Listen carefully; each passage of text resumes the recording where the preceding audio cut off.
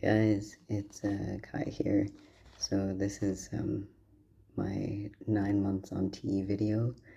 It's a little bit of a different video, I guess.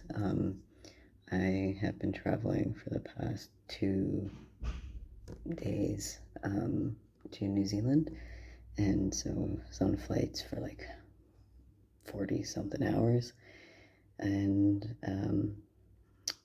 finally made it here. And I was kind of waiting to do this video, so it's like a little bit late. It's like a week late from my actual like 9 months on T date, because I wanted to talk about the process of coming through customs and traveling as a trans person out of my country. And it actually wasn't so bad. It was way easier to travel than I thought. That might be a little bit different if I was like coming through the States or something like that. But this was like, it was pretty like easy process. Like the issues I had weren't because I was trans. I just got like some random, like random stop issues and stuff. This hotel room is not soundproof at all, so people can probably hear me recording this video in the room over, which is kind of funny. Oh. So yeah, I was really concerned about taking my testosterone and my needles and everything through customs, but it wasn't a problem at all. They didn't even look at it, which was funny. Like I had my prescriptions with my prescription for testosterone with the needle and the syringes in like a prescription bag. I had a doctor's note. I had my prescription from my pharmacy, along with an updated list of medications from my pharmacy. They didn't take it out and even look at it. Like they didn't read it. My prescription, like the name on it is Charlie, and not like my like birth name. And like it wasn't a problem. Like it was in the bag. I had to bring it in my carry-on and put it through, and they didn't look at that. I got questioned about my face wash because it was 100 milliliters exactly, and they confiscated that and my shaving cream. So I'm gonna have to find somewhere here in Wellington to get more facial shaving cream, and like probably some more face wash so I don't end up breaking out. But otherwise, they didn't look at it. So that was like the first of four flights. And then my flight, when I came in to New Zealand and went through customs, I had to declare my medication on the form, and they also did not.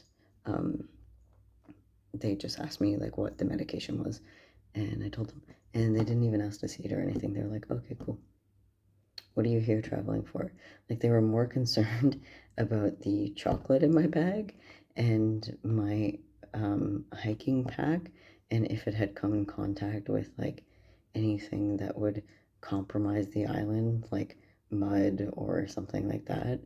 And that was it.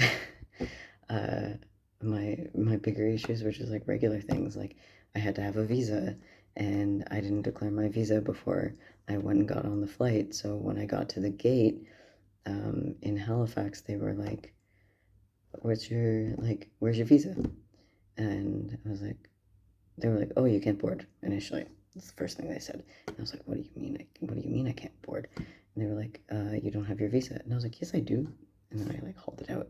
And they were like, okay, you're good. We'll just like put it on your file.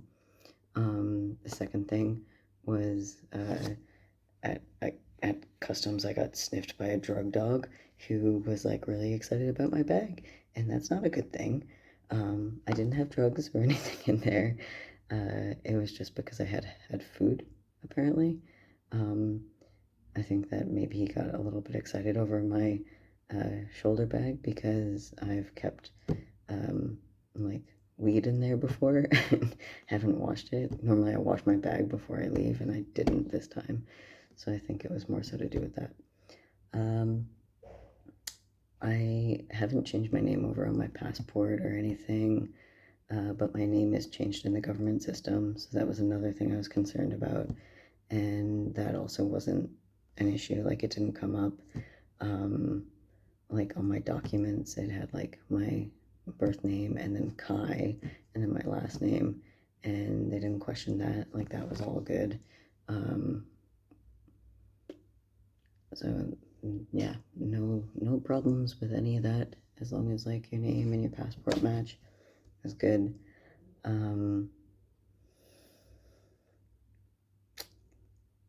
Yeah, was still being gendered as female coming through in a lot of places, and that was like uncozy.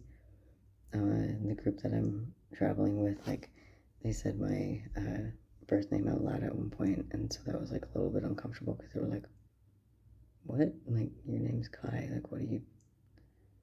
Who's that?" And I was like, "Oh, it's my like legal passport name for now."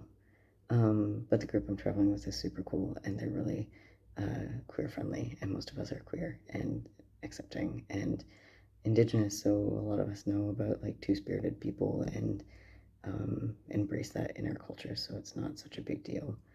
And transgender things actually seem to be accepted a lot more here in New Zealand than even in Canada. Like, people don't think twice. Like, I don't get weird looks, nothing. It's just, hey. And like, I even got like checked out a couple times, which is kind of nice. But yeah, that's besides the point. What else? Oh, my binder. I had to go through like the X-ray thing. That wasn't an issue.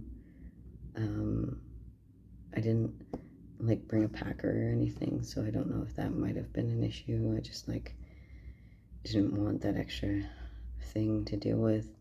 Where I was traveling for so long, I did use my looser binder and a sweatshirt to kind of cut down on the chest dysphoria, because you're not supposed to wear like a proper fitting binder for more than 8 hours, and I knew I wasn't going to have a chance to like take it off. And yeah, because it was just like back-to-back flights the whole time. I could have taken it off in the bathroom or something, but I just didn't want to deal with that. So I used a looser binder, like the one that I used to work out in, and that was good. I started getting like a little bit of rib soreness by the end of like the 40-something hours, but that is kind of to be expected. I think everything starts to feel uncomfortable at that point. But yeah, that was that. Otherwise, changes in the past month, like, I haven't really had a whole lot happening. Like, physically, like, yeah, like, the veins on my hands are getting a little bit more prominent. Like, my facial hair is starting to grow, like, in here as well. Oh, that was something that was kind of funny. I had, like, a full, like stubbly beard, by the end of my flights. And then I shaved it off when I got here with no shaving cream, which is not great for your face, but anyway, whatever. But it was fine. Like, no one in my group seemed to be weirded out by it or anything like that. If anything, I just kind of get gendered more correctly when I have it. But no one seems uncomfortable or weird. Yeah, no updates on top surgery. I assume, excuse me, I assume that I'll hear back from them like kind of closer to like August, September. But otherwise, that's it. When I come back, I'm gonna legally start changing everything over. And I think I'm gonna start with like my health card and my bank cards and my driver's license, and then maybe wait a bit before I get my passport, because my passport's still good for another year. Yeah, bit of a shorter video. I'm pretty tired, and it's beautiful here. I would move here. Like, it's just, yeah. No one seems to blink twice at trans rights. I've seen lots of gender fucky kind of people here. Like, went to a bar and there was like this person who was like very like gender fucky, and that was good. It's good to see.